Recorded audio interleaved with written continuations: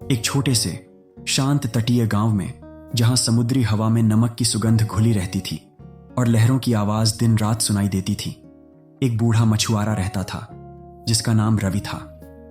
रवि का जीवन बहुत साधारण था।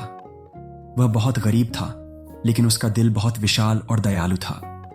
हर सुबह सूरज उगने से पहले वह अपनी छोटी सी पुरानी नाव लेकर समुद्र में मछली पकड़ने जाता और जो भी थोड़ी बहुत मछली मिल पाती उससे अपने परिवार का गुजारा करता।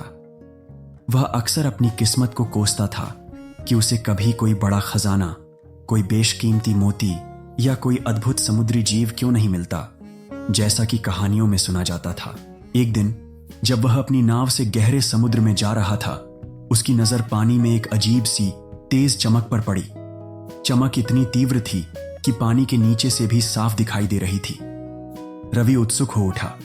उसने सोचा, आज शायद मेरी किस्मत बदलने वाली है।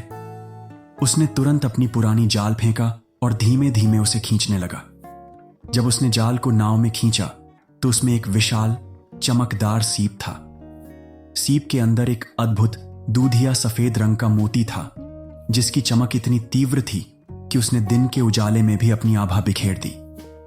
रवि ने अपनी पूरी जिंदगी में ऐसा अनमोल मोती कभी नहीं देखा था।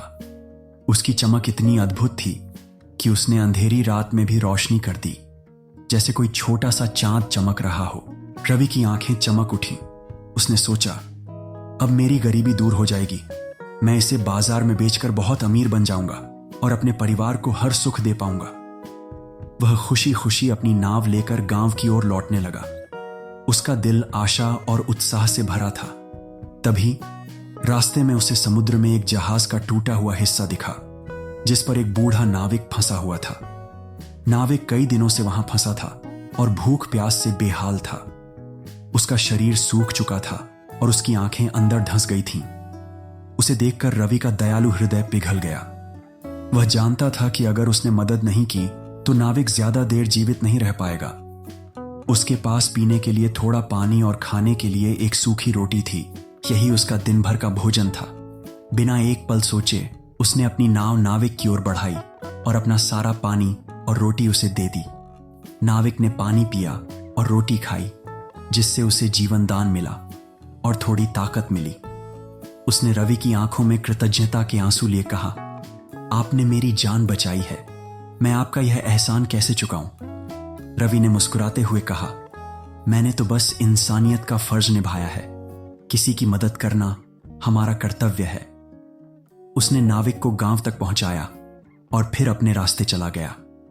जब रवि गांव पहुंचा तो उसने मोतियों के सबसे बड़े व्यापारी को अपना चमकता मोती दिखाया। व्यापारी मोती को देखकर दंग रह गया। उसने कहा, यह अनमोल है। मैंने ऐसा मोती कभी नहीं देखा। मैं तुम्हें इसके लिए जितना चाहो उतना धन दूंगा। रवि ने खुशी खुशी मोती व्यापारी को बेच दिया और बहुत अमीर बन गया।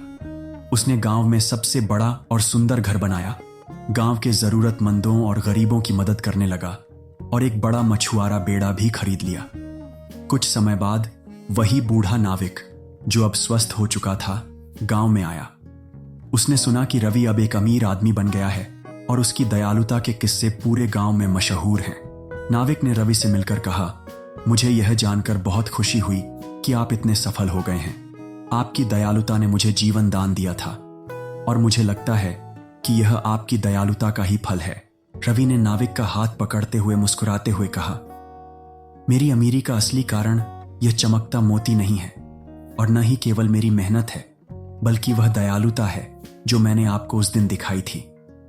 मुझे विश्वास है कि उस पल मैंने जो निस्वार्थ भाव से आपको दिया, उसी ने ब्रह्मांड में मेरी किस्मत के दरवाजे खोल दिए।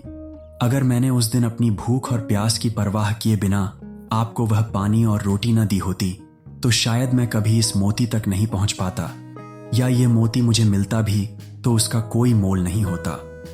दयालुता हमेशा अपने लिए एक रास्ता बना लेती है और वह सबसे बड़ा खजाना है जो आपको कभी मिल सकता है। रवि ने सीखा था कि सच्चा धन केवल भौतिक संपत्ति में नहीं होता, बल्कि दूसरों के प्रति दिखाए गए प्रेम और करुणा में होता है, जो अंततः आपको सबसे बड़ा प्रतिफल देते हैं।